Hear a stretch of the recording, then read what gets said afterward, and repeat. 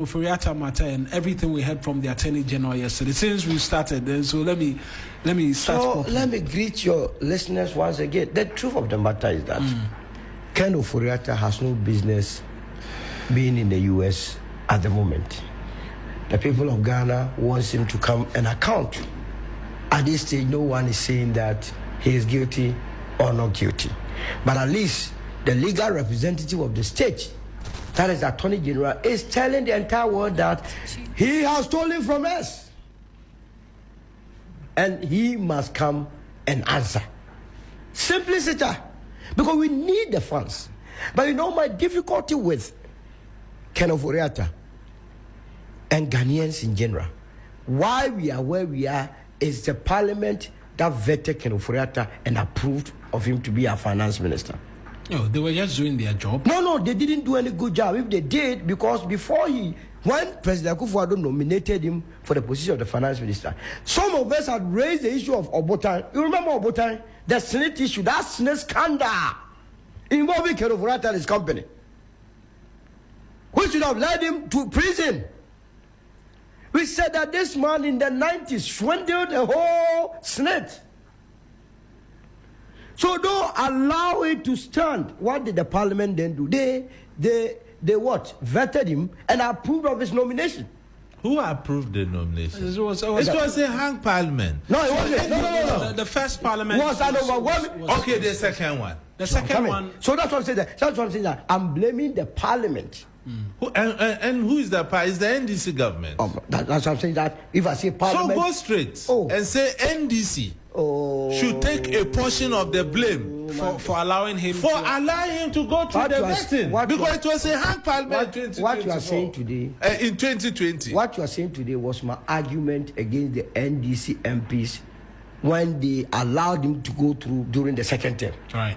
I said it on several platforms that if there were people that to be blamed for we having Ken Ofori Atta for the second time, it was a minority because it was a hung father. So, in fact, he was able to defer his vetting. He was staying in the US and gave all sort of reasons. And so they don't attend for the first time. And it is the reason why he was emboldened when he knew very well that he had shortened the country in the 90s through the Obotan deal. And we as a country gave him the second opportunity. How would he take it serious? So he came to mess all of us up. Now, you claim that you have not done anything. After all, the lawyers of Ken Ofori Atta, right from the beginning, that was what they were telling them, from Frank Davis to Minka Premo and everyone, all the statement they issue, they said that their client was ever ready to defend whatever decisions he made during his lifetime as the finance minister. So some of us were encouraged by the admonitions of his legal representatives. But now you remember the number of times they told us that the man was coming. From the lawyers, April, May, June, the man was going to come. The lawyers left the scene. They introduced their family, a group of people who call themselves family members. They issued a statement that we did not have a single name under it. All that they wrote was issued by family members. Who are the family members? They also promised that the man was going to come. When things degenerated, we had Afenyo Markins go to the floor of parliament. And promised that he was going to return. But you know that I'm going to petition for him to be arrested on that. You cannot be on the floor of parliament and peddle such an obvious untruth. He said the man was going to come somewhere May. So which constitutional provision? When we get there, you are not supposed to be on the floor of parliament and lie through your teeth. Which constitutional provision? You are with the constitution now. So let's know. So he says he's going to petition. Yes. Before you make a decision to petition, you might have granted your rights. You want me to exhibit or show the person that I'm going to petition against what I am sitting on air. Is that what you are advising me? But don't worry. You are not in court for the president. So the point is that Afenyo came to lie to us. And Afenyo would have lied because of the information that he had been given or what he had been told to go and say. Beyond that, we insisted, we pressed that the man has to be brought back to Ghana. Then came the wife, who also entered the fray and assured that the man was sick and that immediately he's okay, he will be back to Ghana. It's been a year, almost a year, and the man is still chilling in the United States of America. Now we piled pressure on the OSP. It's one of the reasons why some of us said that the OSP was not performing.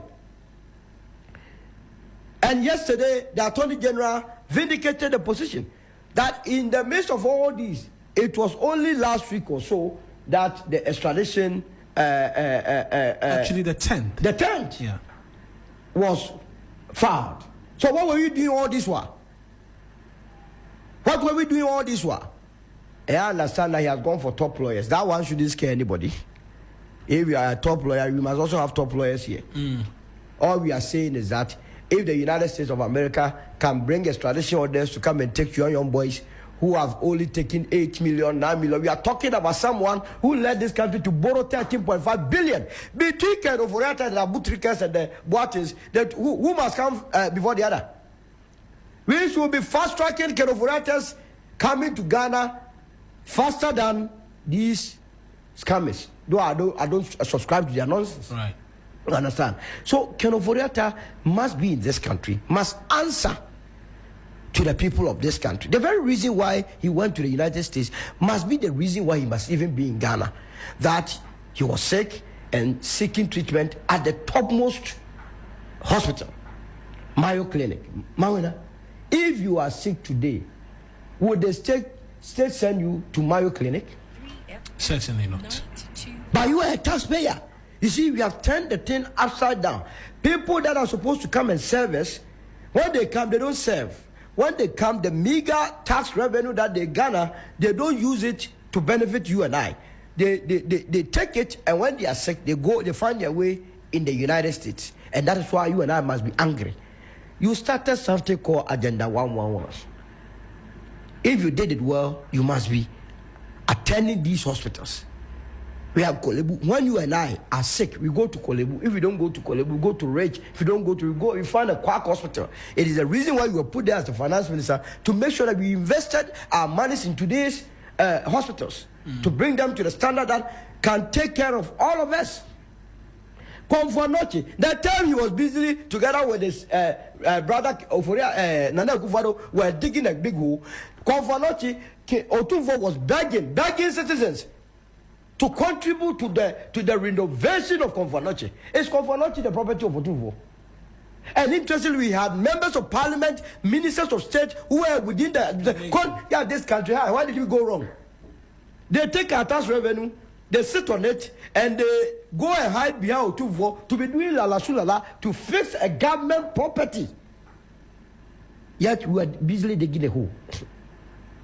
Led by him, because he gave us quotations from Genesis to Matthew to Luke to whatever.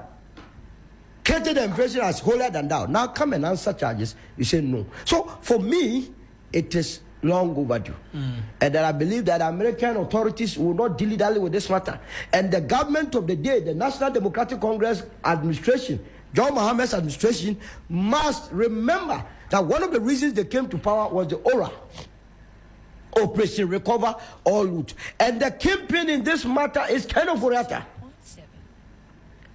So if they let go of him, hallelujah, the United Party will chronicle all the campaign activities of the NDC come 2028. Because as we speak, the only credible political party in this country is the United Party. As for the NPP, it's kaput. By 31st January, it's gone. Then we will take over and then tell the people of this country why they must settle on the United Party. So my brother Ima cannot say that we must let go the thievery that took place during the last 8 years until we do recovery, full recoveries. We cannot let these matters lie down. As for this administration, we will checkmate them alongside what has happened in the past. Either than that, what moral authority would you have in criticizing this administration? Absolutely. When you are aware that people came to steal.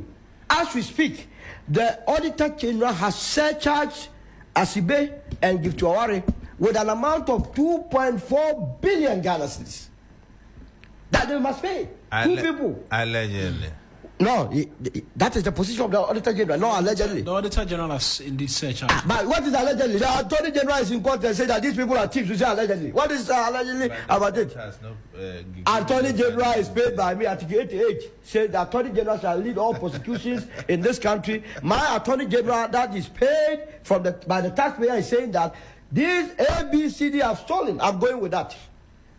Until proven otherwise, that is the position of the state. If you care to know. And by being the position of the state, all those that have been accused are part of the state. Right.